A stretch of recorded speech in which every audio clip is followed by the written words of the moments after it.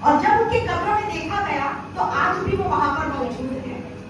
लेकिन आज मैं आपको एक ऐसे व्यक्ति के बारे में जो कि वचन था और देहधारी होकर हमारे बीच में आया, उसके बारे में मैं बताना चाहती हूँ कि उसने कहा था कि मैं आऊंगा और संपूर्ण मनुष्य जाति के पापों को अपने ऊपर लूंगा, मैं मारा जाऊंगा, गाड़ा जाऊंगा और तीसरे दिन मैं जी उठूंगा। और उसने जैसा कहा था बिल्कुल उसने उसी प्रकार से किया। तो किसी शायर ने बहुत सुंदर रीति से कुछ कहा है जिसके बारे में मैं आपके बीच में कहना चाहूंगी।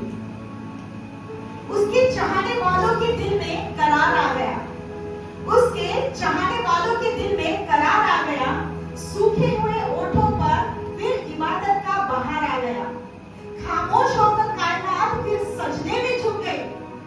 मैंने कहा खामोश होकर कायनात फिर सजदे में झुक गई, जब कब्र से जिंदा होकर शेर बब्बर बाहर आ गया।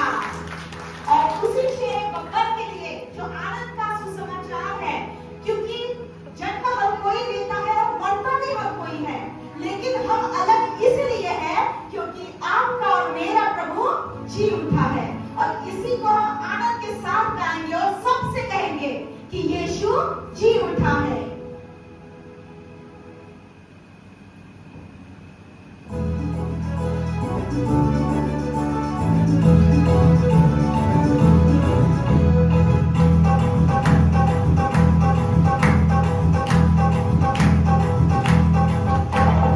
यीशु जिंदा हुआ, आओ सबसे कहें